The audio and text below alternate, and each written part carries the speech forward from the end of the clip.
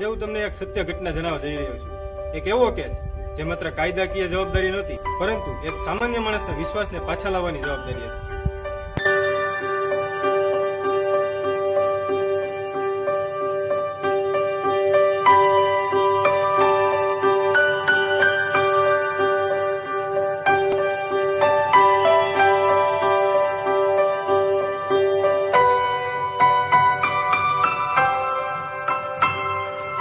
શું નામ તમારું? મારું નામ ભરતભાઈ મધુભાઈ પથ્થર. હું અહીંયા વંડા રહું છું. મોબાઈલની દુકાન કાઢું છું એસેસરીઝની. અને મારે સાહેબ મોબાઈલમાં લિંક આવી ને આરતી વસલણ એપ કરીને લિંક આવી, એમાં ઓકે થઈ ગયું. તમારું બેંક એકાઉન્ટ બેલેન્સ બધું ખાલી થઈ ગયું. કેટલા પૈસા ગયા? મારા 85,000 જેવું ગયું છે. ફરિયાદી ભરતભાઈ મધુભાઈ પથ્થરની ફરિયાદ આધારે વંડા પોલીસ સ્ટેશનમાં સાયબર ફ્રોડનો ગુનો નોંધવામાં આવે છે અને આ કેસની તપાસ અમરેલી જિલ્લા પોલીસ વડા શ્રી સંજય ખરાત સાહેબ અને એસપી શ્રી જયવીર ગઢવી સાહેબના માર્ગદર્શન હેઠળ in charge police inspector Shri PJ Ramani સાહેબ દ્વારા હાથ ધરવામાં આવે છે. ટેકનિકલ એનાલિસિસ અને તપાસના તમામ તાર જોડી આરોપી સુધી પહોંચવામાં આવે છે.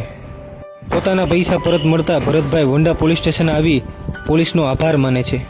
આવા પ્રસંગો અમને વધુ પ્રેરણા આપે છે કે અમે અમારી ફરજ વધુ નિષ્ઠા અને જવાબદારીથી નિભાવીએ. સાહેબ, આપણે જે મારા પૈસા જે ફ્રોડ થઈ ગયા હતા એ આપણે જિલ્લા પોલીસ અને તમારા મદદથી જે કામગીરી કરી અને મારા પૈસા મને તરત મળી ગયા છે. તે બદલ હું તમારો આભારી છું, આભાર વ્યક્ત કરવા આવ્યો છું. અને સ્ટાર્ટમાં મને એવું લાગતું હતું કે આ તો પૈસા ગયા અને વારંવાર મારે તે પોલીસ ધક્કા થાય છે અને પૈસા પાછા નહીં આવે, આવું જે મનમાં શંકા હતું. ગામમાં અમુક નેગેટિવ પોઈન્ટ આપતા હોય કોઈ માણસો, એની ઉપર આપણું મન ફરમાઈ ગયું હતું. આમ ખરેખર તમે ધક્કા નહોતા ખવડાવતા, કાયદેસર બધી વિધિ સ્ટેટમેન્ટ લેવા માટે મને અહીંયા વારંવાર જે બોલાવતા હતા. અને ખરેખર તમને એવું કેમ પેલા લાગ્યું પોલીસ તમને ધક્કા ખવડાવે? એટલે ગામમાં અમુક માણસો એવા નેગેટિવ પોઈન્ટ હોય નહીં કે ભાઈ કાંઈ નહીં કરે, નામ નહીં કરે ને એવું બધું ફરમાઈ દે છે આપણને ગામમાંથી એવા માણસો હોય ને. કેટલા પૈસા ગયા તમારા?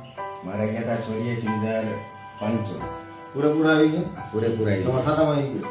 હા, મારા ખાતામાં ગૂગલ પેથી એ લોકોએ નાખી દીધા. વકીલ હસ્તક કોર્ટમાં બોલાવી.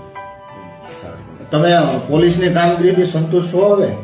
હા, મને ખરેખર પોલીસની કામગીરીથી પૂરેપૂરો સંતોષ છે. અને વંડા પોલીસ સ્ટેશન જે કામગીરી સોલેટ કર્યું, મારું પૈસા પાછા આવી ગયા છે.